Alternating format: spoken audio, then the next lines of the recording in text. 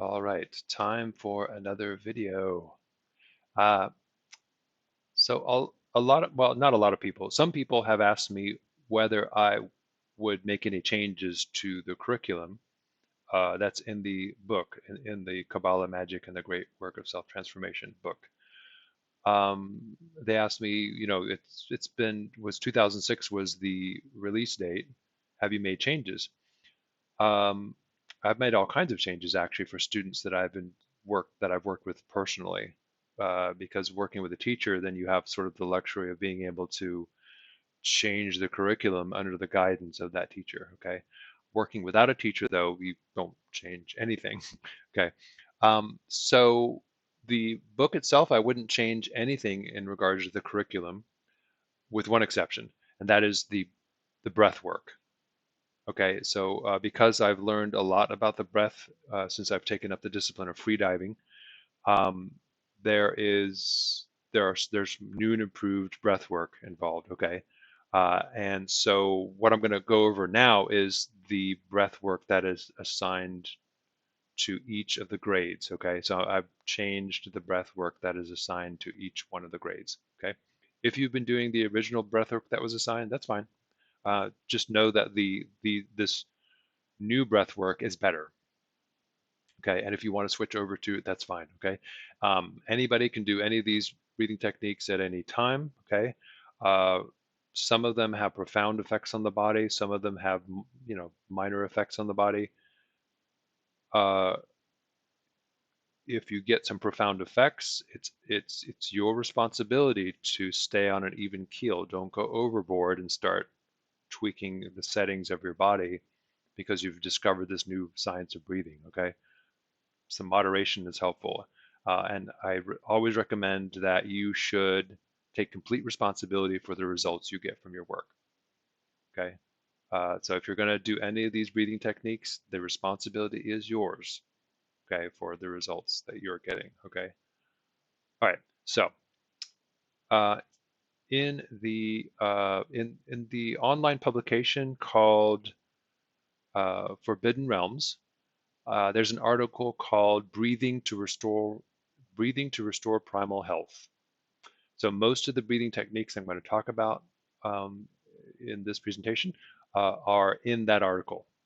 Okay, and of course in the description below you can find a link to Forbidden Realms, and you can then find that article. Uh, and the article has this cute picture of this girl sitting on the lotus flower. Okay, that's an easy way to find it. All right, so the grades in the Outer Order of the Golden Dawn that are in the Kabbalah Magic book, okay, they are Neophyte, Zelator, Theoricus, Practicus, Philosophus, and Portal. Okay, and 4 of those grades correspond to the 4 elements. Okay, and so the various exercises you do in each of the grades are tuning you into that particular element. So Neophyte corresponds to spirit, Zelator corresponds to earth, Theoricus corresponds to air, Practicus corresponds to water, Philosophus corresponds to fire, and the portal grade once again corresponds to spirit in a very special way. And so each of these grades has a particular breath work pattern that you learn when you're in the grade. Okay, and once again, anybody who's in any grade can do any of these practices whenever they want. Okay, it's up to you to practice moderation. Okay. Okay, so the first one is assigned to the neophyte grade, and that is the fourfold breath. That's the most basic breathing pattern.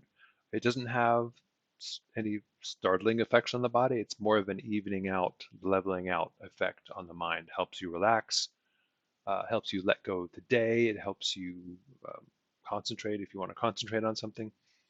And that's also called box breathing, okay, because each of the aspects of it is the same length. So it's kind of like, feels like you're drawing a little box, like a square.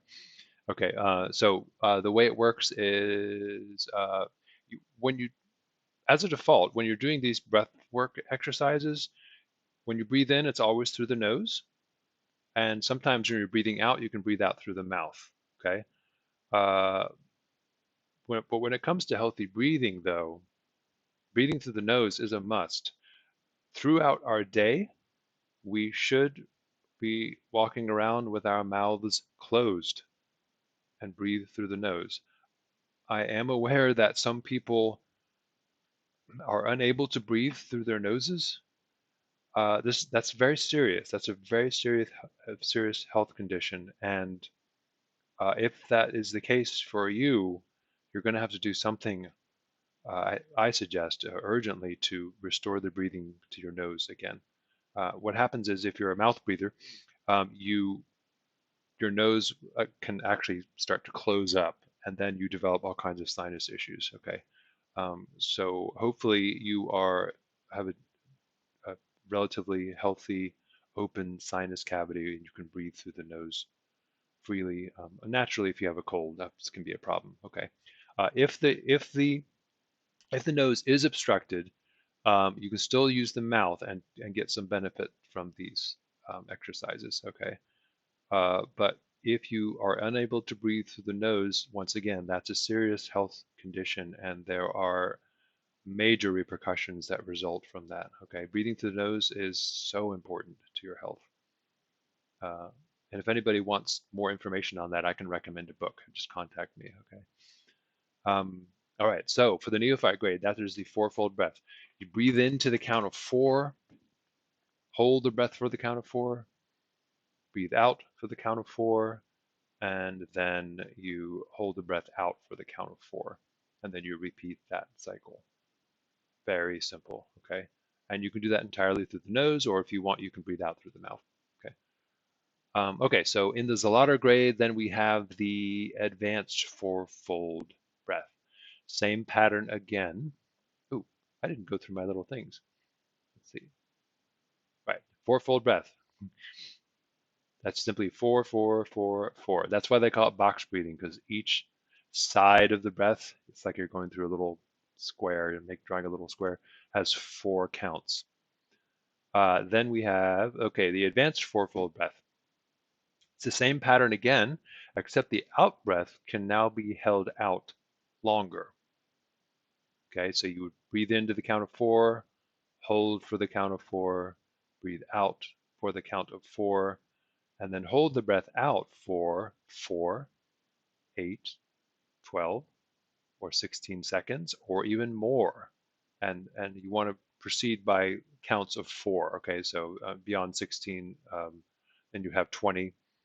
Okay, that might be the limit for some people. Like, what happens is when you first sit down to breathe, you're probably just going to do 4, 4, 4, 4, and eventually it'll be 4, 4, 4, 8, and then 4, 4, 4, 12, and you're keeping expanding that length of the breath hold out to 8, 12, 16, and 20 seconds or more.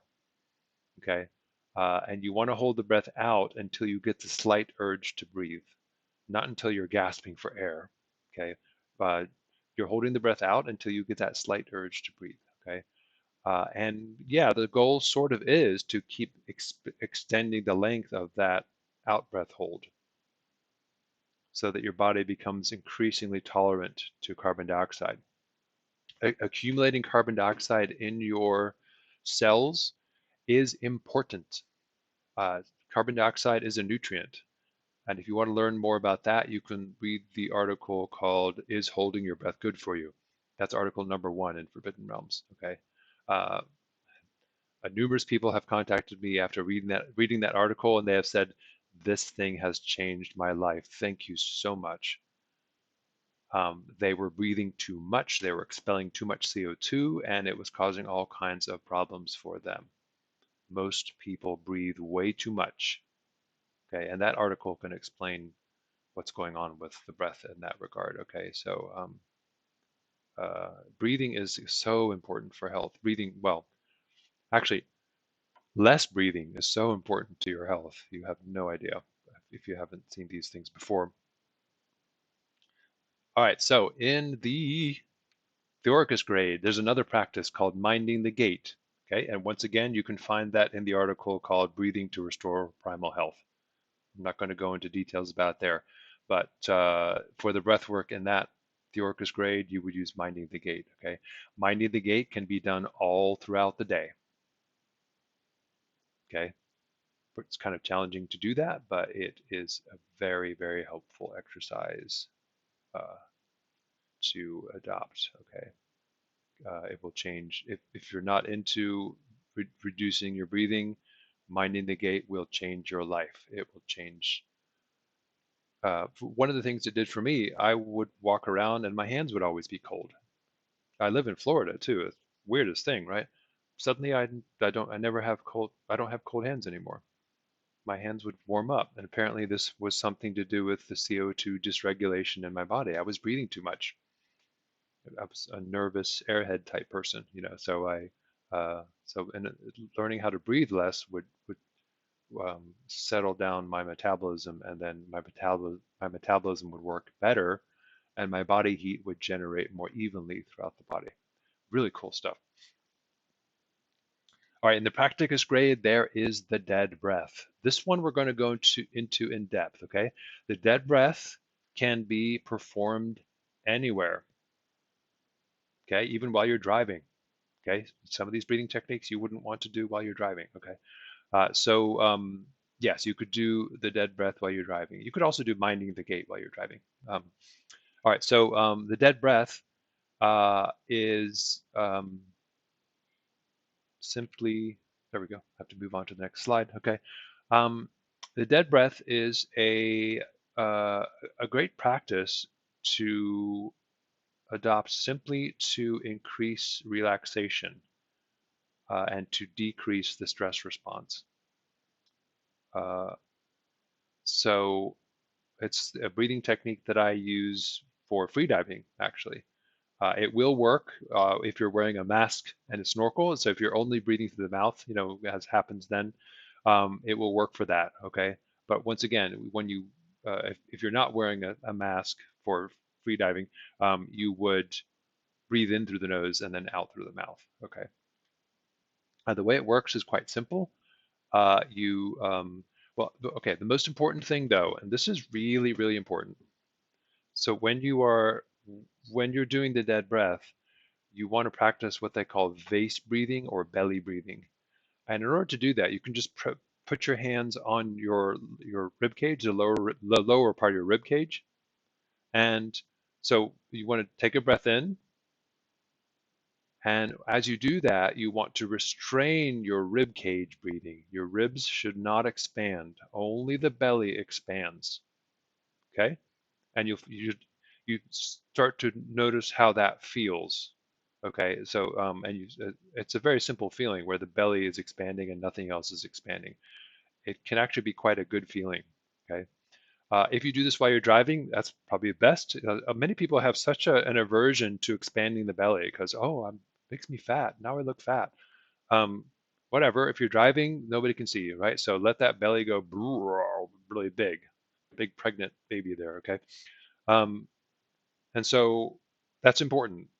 And once you get that feeling, you don't have to keep your hands on your ribs anymore because it's a pretty distinctive feeling, what it feels like when you're belly breathing as opposed to chest breathing.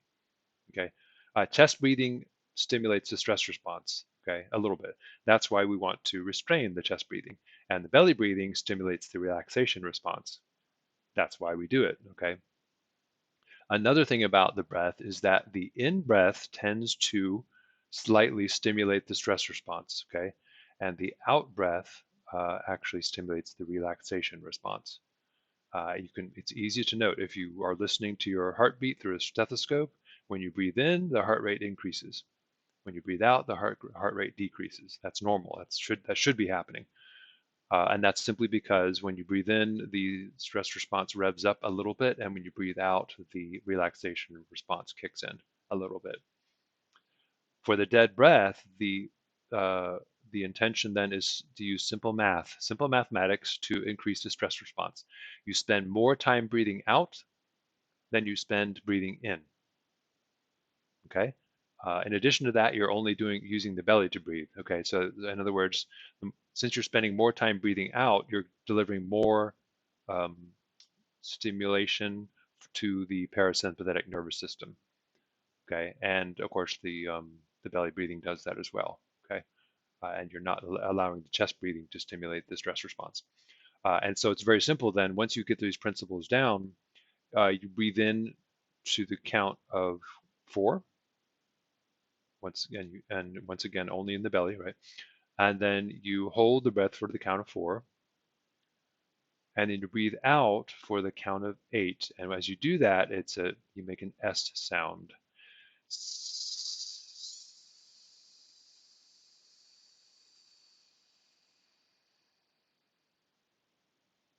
It's like a deflating tire. Okay. If you're in a public space, let's say you're on the bus, and you don't want people to hear you hissing, you can also breathe out through pursed lips. Okay. There needs to be some resistance there. It helps with the stimulation of the relaxation response. Okay. Uh, and if you're in a meditation hall, sometimes I meditate at the local Dharma center, and if there's a person in front of you, try not to blow on them. So use your discretion there. You have to be mindful of the people around you. All right, so yeah, so that is the dead. Oh, there's one more component to the dead breath. Once the air has deflated out of you, you let the lungs hang empty. Okay, and you simply let them hang empty for as long as it takes to feel a slight urge to breathe. Okay, that requires that you pay attention. Okay, so it's in other words, breathe in for the count of 4, hold for the count of 4, and then breathe out with a sound for 8 seconds. And then the lungs just hang there, and you're waiting for that slight urge to breathe to come back. And then you're going to start the cycle over again. Breathe in for the count of 4, hold for the count of 4, and then breathe out for 8 seconds. And then the lungs hang empty for however long it takes for the urge to breathe to kick in. That's it. Okay. It's a little complicated, I guess, to describe it, but once you get the sensation of what belly breathing feels like, and of course you get that pattern down, it becomes super easy. Okay, and it is a great way to de-stress. De-stressing is very important, by the way. It's more than just feeling calm. When you de-stress, your higher brain functions open up, and you can actually think like a genius. Most people run around with the stress response revved up constantly, and it makes them stupid. Stupid all day long. Yeah, so the more stressed out you get, the dumber you get. And the more relaxed you get, the more intelligent you get. All right. And for Philosophists, which is the grade of fire. All right, so that's the Wim Hof method, okay? Some of you have heard of that, okay? So in that grade, instead of using the breath of fire as was originally assigned, use the Wim Hof method. Okay, it seems to be way better and pretty cool practice. The Wim Hof method is not, you can't find it in Breathing to Restore Primal Health. You can find it in another article called Where It Is Darkest, Toning Up the Stress Response. Okay, and it has this cool little icon of the glowing eyes. So you find that article, and then you can find the Wim Hof method described there. Or you can just, go to YouTube, look up Wim Hof method, and see if you can get a video of Wim Hof himself describing the Wim Hof method. Okay, very interesting character, by the way.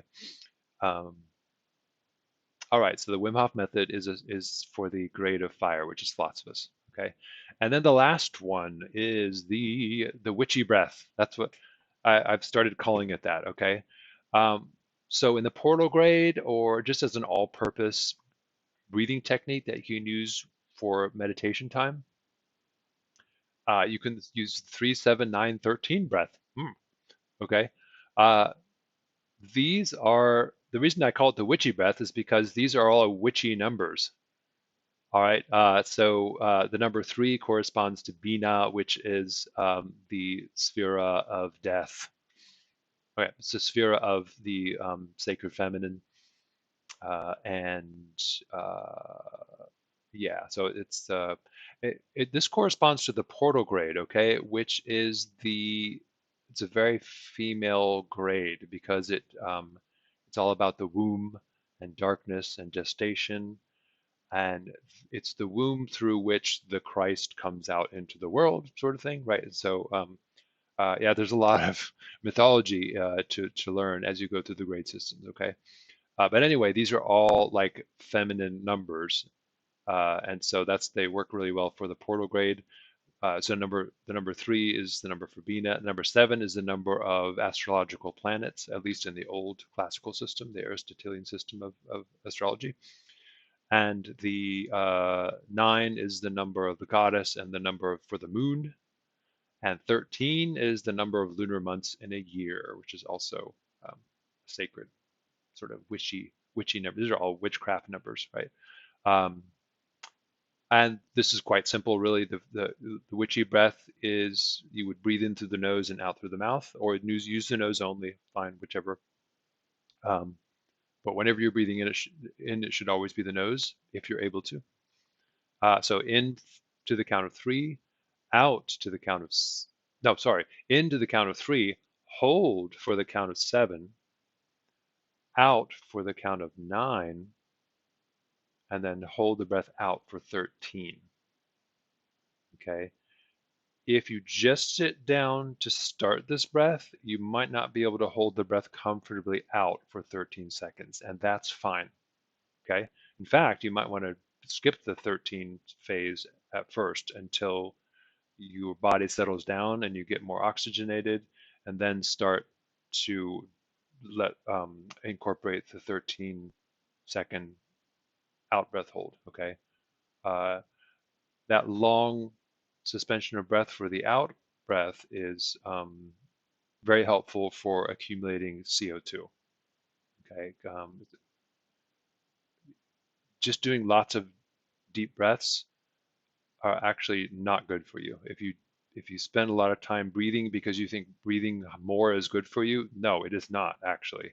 In fact, if you do lots of deep breaths to try to relax, you will eventually become more stressed out than you were before. Okay. The first few breaths will make you feel good, but eventually you'll start to increase your stress response because your CO2 is going to start to drop. The higher your CO2 in your body, in your cells, the more relaxed and more spiritual you become to some degree. Okay. Yeah, and once again, these principles of CO2, you can find them in the article called "Is Holding Your Breath Good for You?" Uh, that article tends to be really enlightening to a lot of people. It tends to change a lot of lives. Okay. All right. So those are the different breathing techniques. Okay. And the dead breath I recommend for anybody who suffers from anxiety. Um, Anybody who masters all these breathing techniques, anxiety will go away. You won't have it anymore. Okay. You also need to have a healthy lifestyle too and get enough magnesium. Many people are deficient in magnesium. There are other factors too that contribute to what we call anxiety nowadays. A lot of people suffering from anxiety. I think it has to do with malnutrition, largely lack of magnesium. And um so, yeah, if you have questions about that, I can probably answer them. Supplementing with magnesium is not the easiest thing to do because it'll give you the runs, right? So there are different things you can do for that. Anyway, uh, so I think that is it for this particular video. I hope this is going to be helpful for you guys. If anything, check out that first article in Forbidden Realms, which is called "Is Holding Your Breath Good for You?" I think you'll find it a bit astonishing, if maybe not. Maybe, maybe it'll be hard for you to believe until you put the principles into practice, and then you'll notice that, wow, there is really something to this. Pretty amazing. All right, until next time.